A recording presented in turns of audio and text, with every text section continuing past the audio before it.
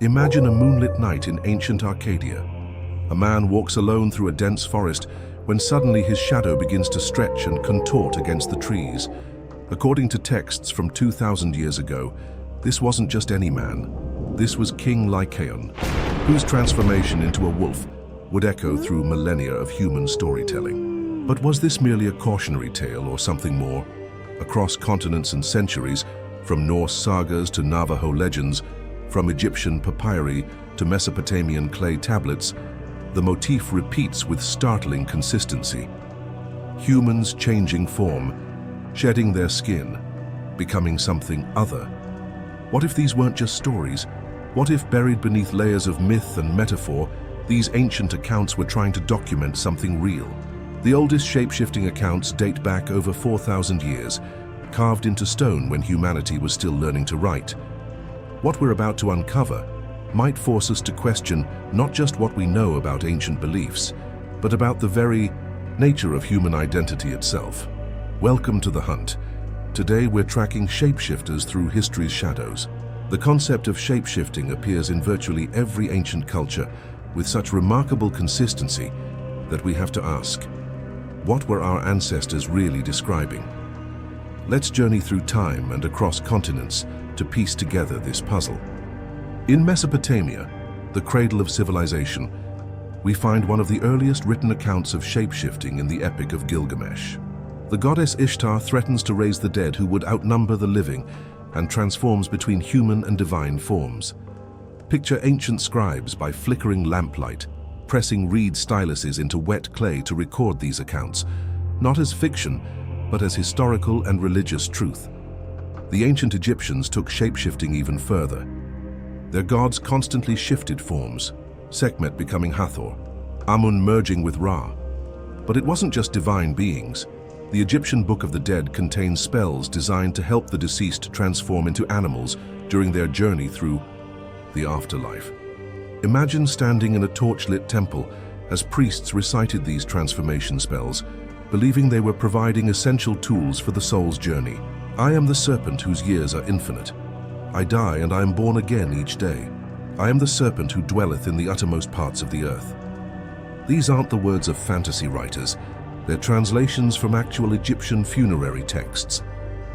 But what if these weren't merely spiritual metaphors? What if they reflected something observed in the natural world? The Greeks and Romans documented shape-shifting extensively. Ovid's Metamorphoses catalogues dozens of transformations, humans becoming trees, birds, spiders, and stars. But perhaps most intriguing is the werewolf tradition. Roman author Pliny the Elder wrote of a family in Arcadia who took turns becoming wolves for 9 years at a time. This wasn't presented as fiction, but as a curious fact about a distant land. Meanwhile, in the Nordic countries, the berserkers, warriors who fought with uncontrollable fury, were said to transform into bears or wolves during battle. Archaeological evidence shows warriors wearing animal skins, perhaps as a ritual means of becoming the animal. Want to dive deeper into this fascinating warrior cult? Check out our dedicated berserker investigation. It's a wild ride into one of history's most extreme examples of battle trance shapeshifting. But for now, what if these accounts were describing altered states of consciousness so profound that both the experiencer and witnesses perceived an actual physical transformation? In China, fox spirits known as Huli Jing could take human form, often appearing as beautiful women. Similar beliefs existed in Japan with kitsune. These weren't just campfire tales. They were documented in official historical records and court documents. The Zhuojuan, a narrative history compiled in the 4th century BCE, matter-of-factly mentions shape-shifting foxes as though their existence was common knowledge. Across the ocean, Native American traditions speak of skinwalkers and other shapeshifters. The Navajo Yinaldlushi could transform by wearing animal hides. These weren't entertainment. They were warnings, explanations for unusual events, or accounts of spiritual practices that transcended normal human experience. But here's where it gets truly fascinating. Modern anthropologists studying these accounts have noticed striking similarities in shape-shifting traditions that developed independently across continents. Why would cultures with no contact develop nearly identical concepts? What if they were all observing the same phenomenon through different cultural lenses? Some researchers suggest these accounts might describe shamanic practices.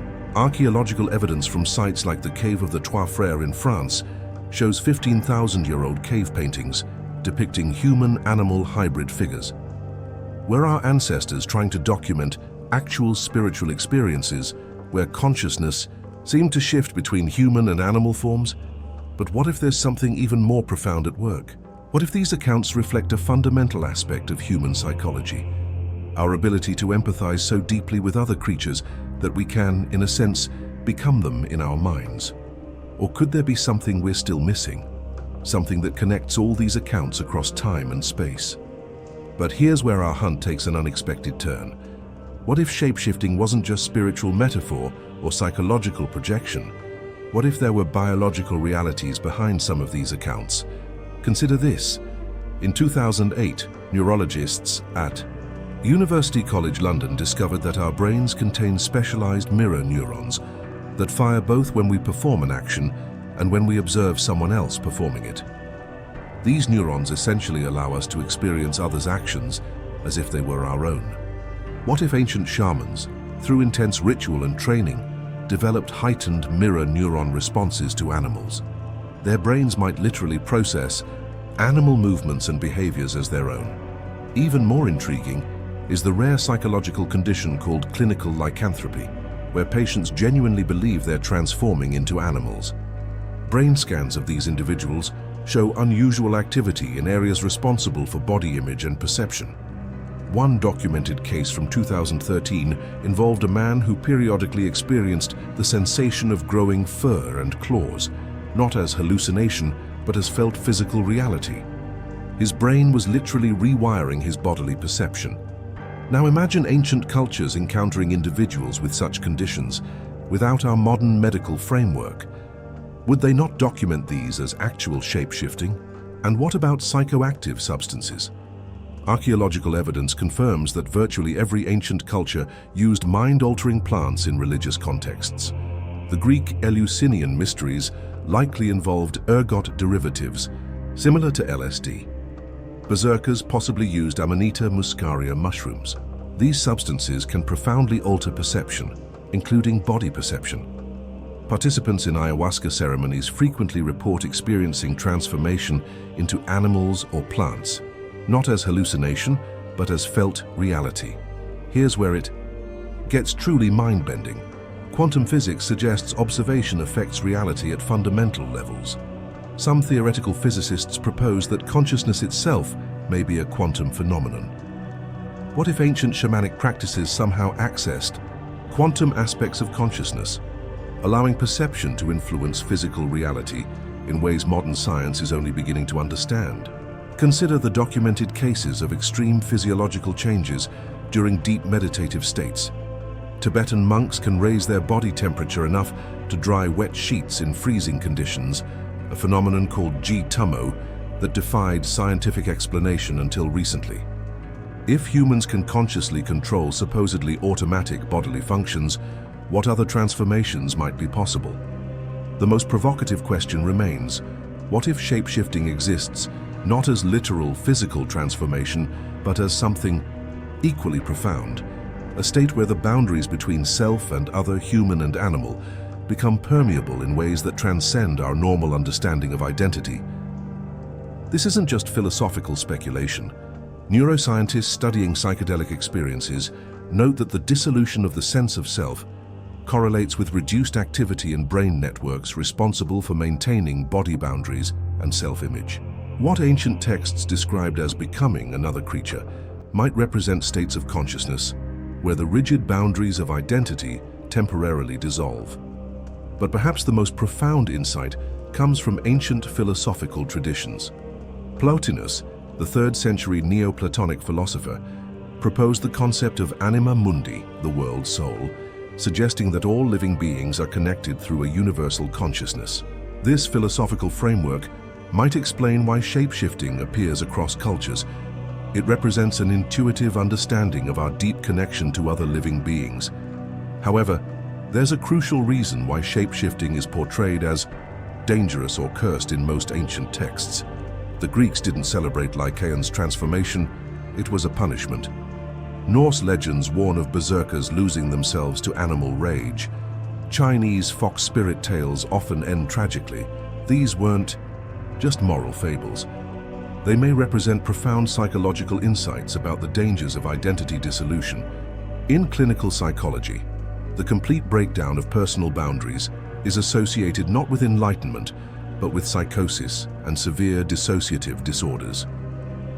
What ancient cultures might have observed is that while consciousness can be flexible, complete dissolution often leads to madness. This brings us to the heart of the shape-shifting mystery. Throughout history, these transformations appear in two distinct contexts: as curses that lead to destruction, or as sacred practices performed under careful ritual conditions. The cursed shapeshifter, the werewolf, the wendigo, the possessed, represents what happens when the transformation occurs without proper containment. Medieval accounts describe werewolves as tortured beings who lost their humanity. The Norse sagas warn that berserkers who transformed too often could never fully return to human society. These weren't just superstitions, they may reflect observations of what happens when identity boundaries collapse completely. Yet there's another tradition, the controlled ritualistic shape-shifting practiced by trained individuals. The Celtic Druids were said to transform into animals through disciplined practices. Siberian shamans reportedly became animals during healing rituals. These traditions always included three key elements: preparation, containment, and return. Ancient Greek mystery schools taught that transformation required katabasis, descent, followed by anabasis, return. Without the return journey, the initiate would be lost.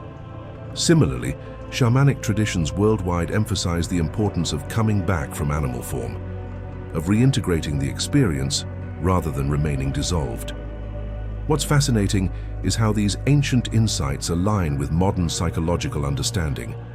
Therapeutic approaches like Jungian active imagination or controlled psychedelic sessions allow for temporary exploration of different states of consciousness, but always with integration as the crucial final step. The ancient pharmacopoeia reflects this duality as well. Historical texts describe both dangerous transformation potions that caused madness and carefully prepared ritual substances used under supervision. The Greek kykeon used in the Eleusinian mysteries, the soma of Vedic tradition, or the ayahuasca of Amazonian shamans, all were administered within ritual contexts designed to ensure the journeyer's safe return. Perhaps the most illuminating example comes from the Tibetan tradition of Dzogchen, where practitioners visualize themselves as deities or animals, not to escape humanity, but to recognize the constructed nature of all identity while maintaining integration. The goal isn't to become lost in another form, but to return with expanded awareness. This may be why shapeshifting appears so consistently across human cultures. It represents both a profound truth about consciousness and a warning about its boundaries. We are more fluid than we realize, yet that fluidity requires structure to be meaningful rather than destructive. Modern neuroscience, with its understanding of neuroplasticity and embodied cognition, may be catching up to what ancient cultures intuited, that consciousness can take many forms, but needs anchoring in a coherent sense of self. So were shapeshifters real? Perhaps the answer lies not in whether humans physically transformed into animals, but in recognizing that the boundaries of identity are both more permeable and more necessary than we typically acknowledge.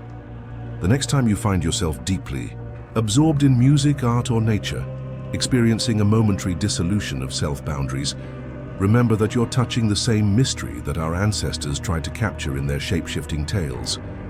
The difference is that you, like the trained shamans of old, know how to return. And that's our hunt for today, a wild mix of documented history and tantalizing what-ifs based on bibliographical sources. If you enjoyed this journey into the fluid boundaries of human identity, hit subscribe for more mysteries that challenge our understanding of history and consciousness. What ancient mystery should we hunt next? Does this revised approach work better? I've incorporated Plotinus's anima mundi concept, and balance the discussion with warnings about the dangers of identity dissolution, while also exploring the controlled, positive aspects of transformation traditions.